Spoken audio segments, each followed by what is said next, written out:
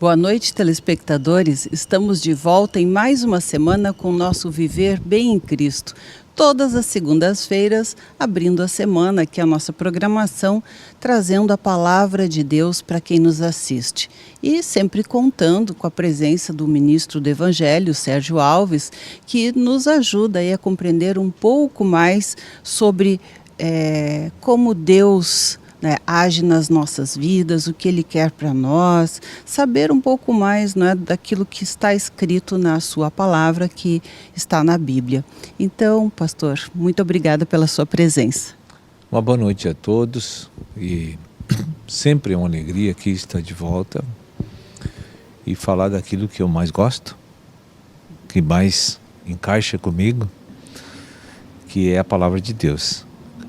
Eu me sinto bem tranquilo aqui e bem alegre porque eu sei que são muitas as pessoas que acompanham esse programa e que sempre tem alguma dificuldade para ser sanada, resolvida. Então, e como eu sei que Deus é o único que pode assim nos abençoar desta maneira, e eu creio que esse programa vai ser muito útil para todos vocês.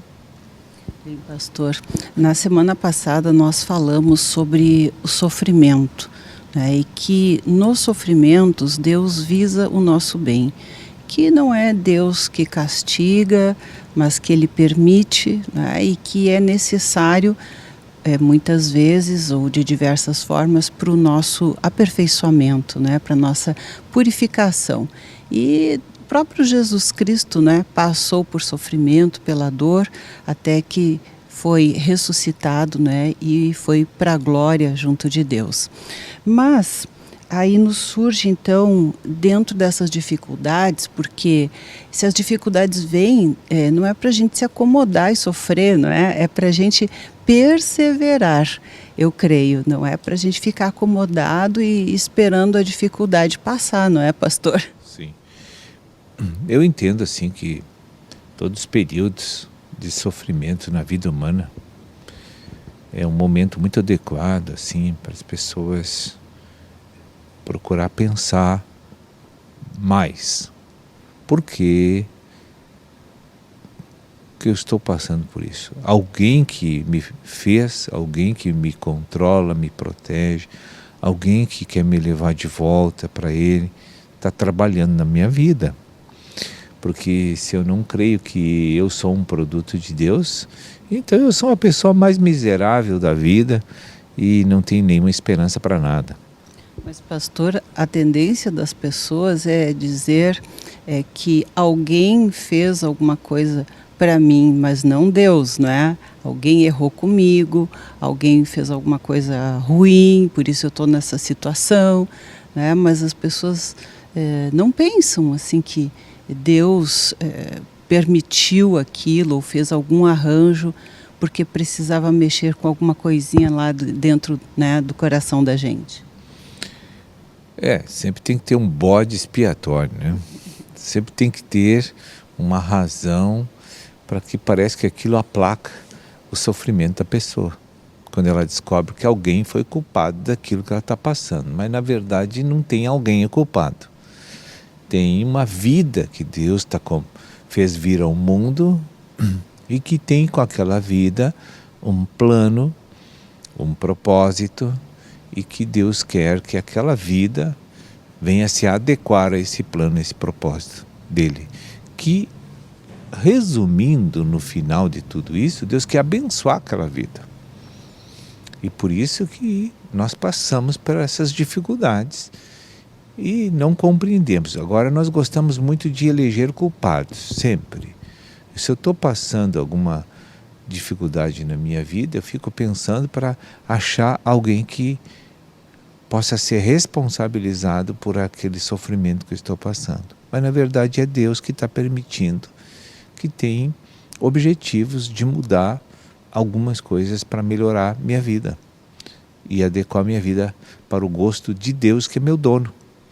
Que Ele tem todo o direito de fazer isso porque eu sou feitura das mãos deles, feitura da mão dele, e Jesus pagou o preço para a minha recuperação.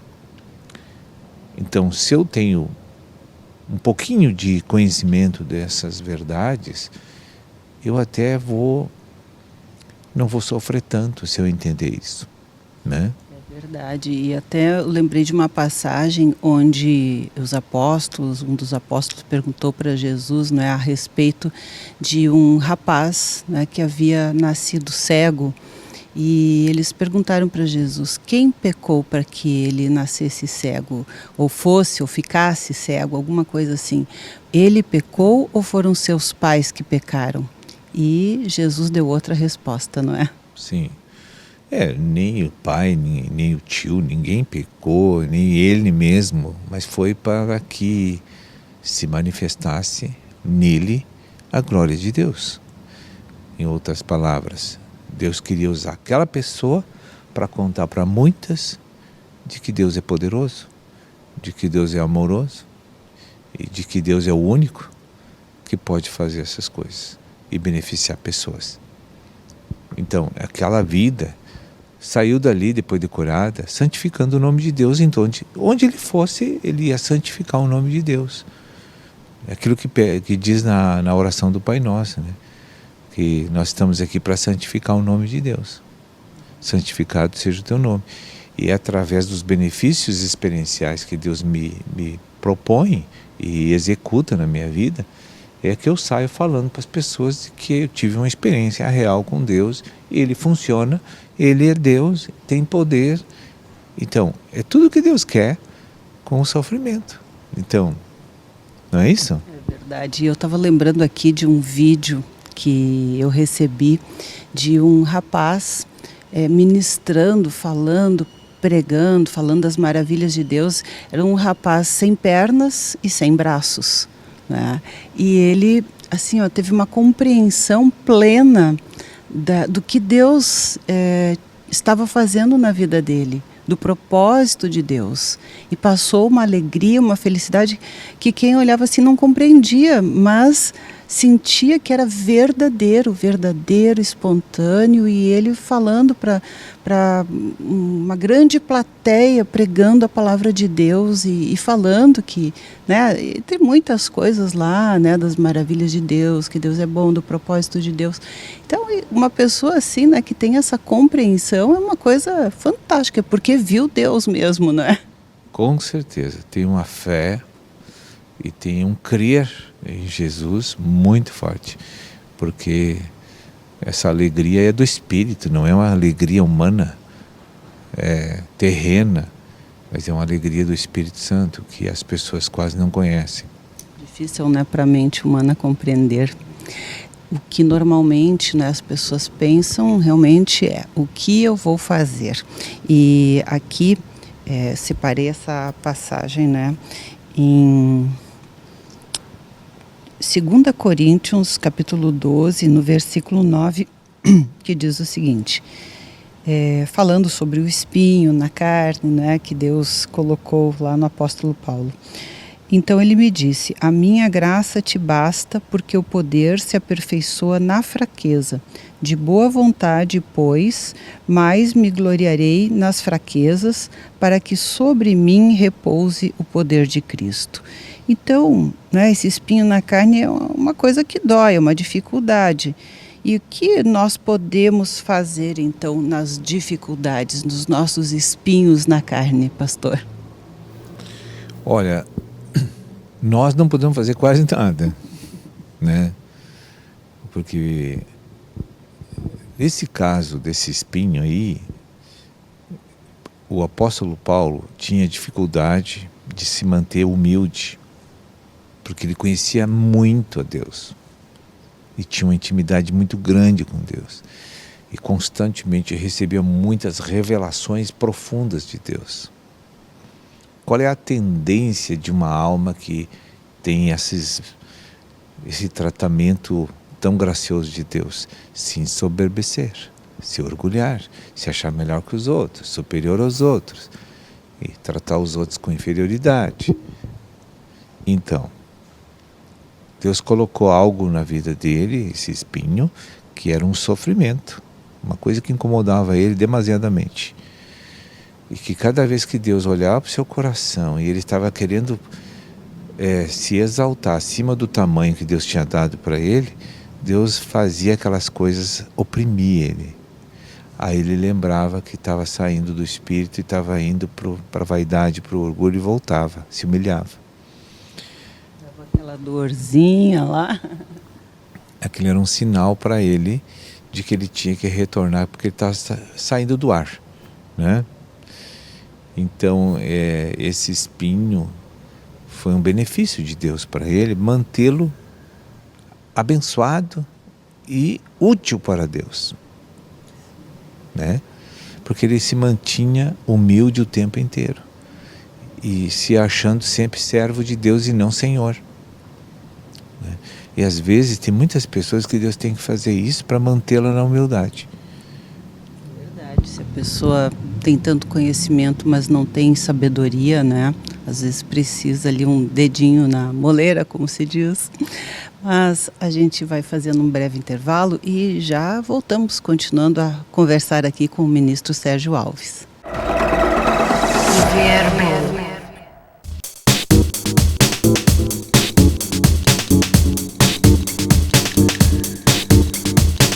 Estamos de volta com o nosso Viver Bem em Cristo e eu vou reformular a pergunta que fiz antes ao pastor Sérgio Alves, né? Porque as pessoas estão passando, acho que não sobra nenhum que não esteja passando algum tipo de dificuldade. Então, antes eu perguntei o que nós podemos fazer, o senhor respondeu que quase nada, não é? Quem pode é Deus, mas como nós podemos agir, como nós devemos agir quando estamos passando por dificuldade, né? Isso seria talvez a pergunta correta, não é? O que nós podemos fazer nesse sentido, como devemos agir segundo o que Deus nos orienta? Primeiramente, se estamos passando por provações, primeiramente nós temos que mostrar de que cremos somente em Deus para resolver o problema. E para crer em Deus eu preciso da Bíblia.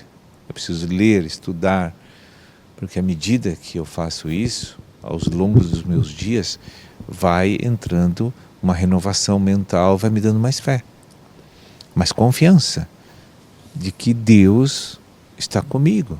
Lembra do Salmo 23:4? O que diz lá?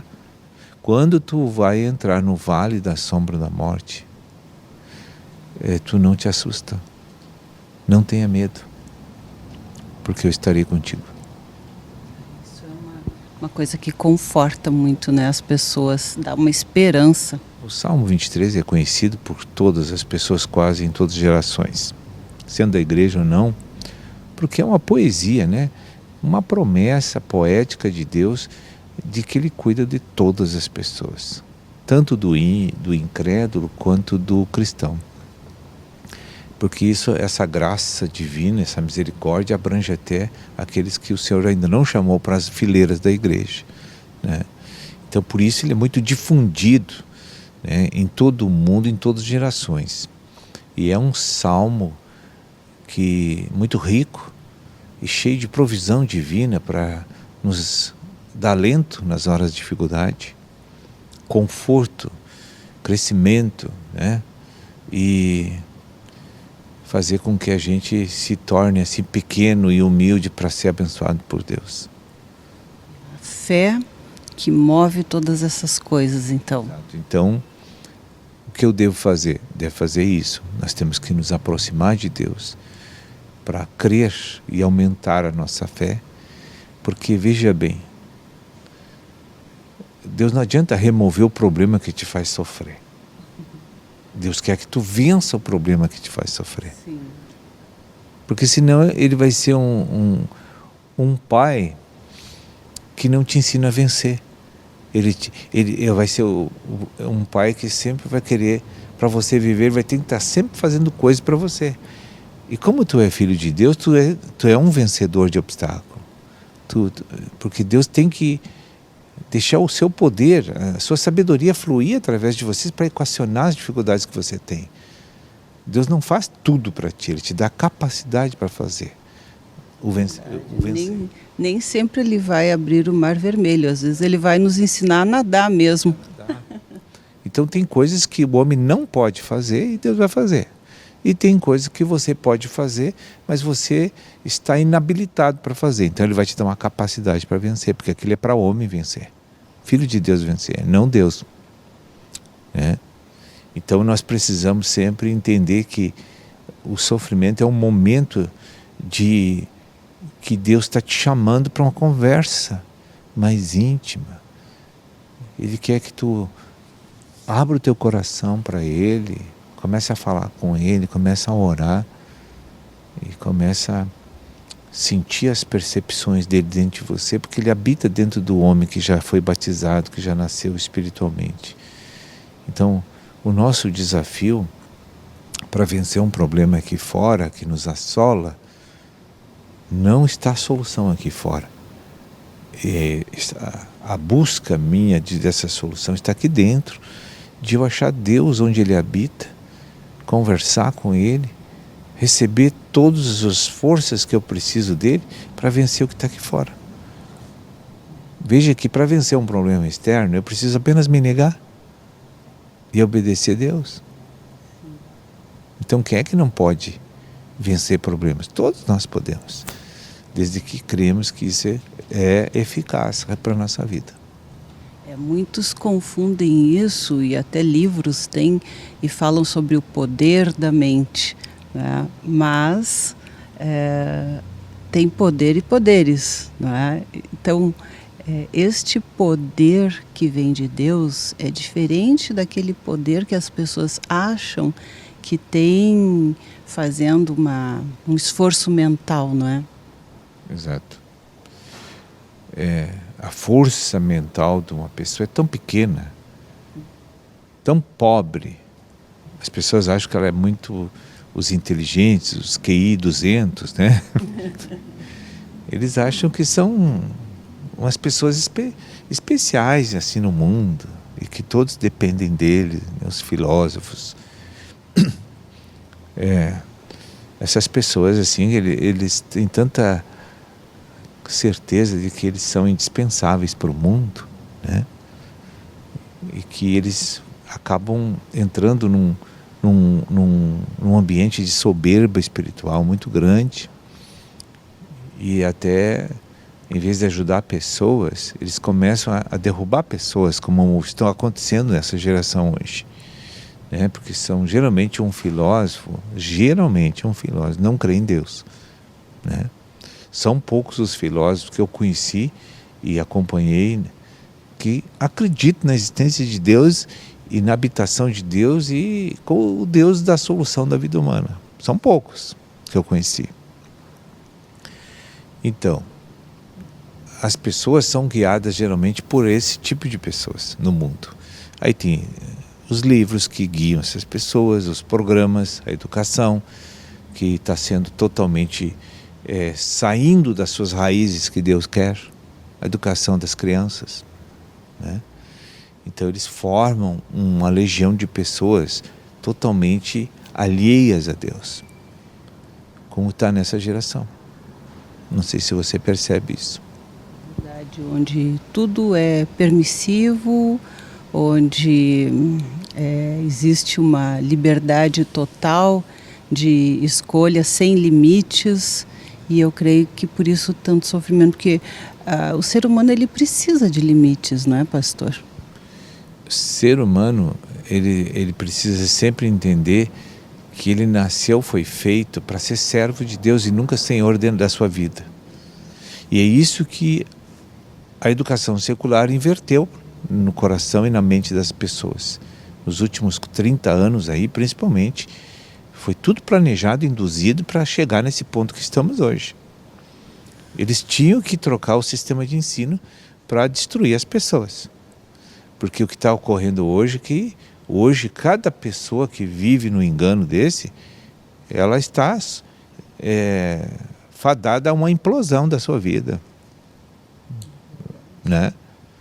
Ela não tem saída se ela não achar Deus, né? Os jovens vivem muitos assim, quando não tem uma boa estrutura familiar, um amparo espiritual, né? Alguém que os conduz assim e dê segurança, né? Acabam ficando depressivos, meio perdidos no mundo, né? A gente vê hoje muito isso, os jovens não sabem o que querem, nem para onde vão, nem o que fazer, o que escolher, né? Enfim, se sentem soltos assim, sem uma âncora, não é?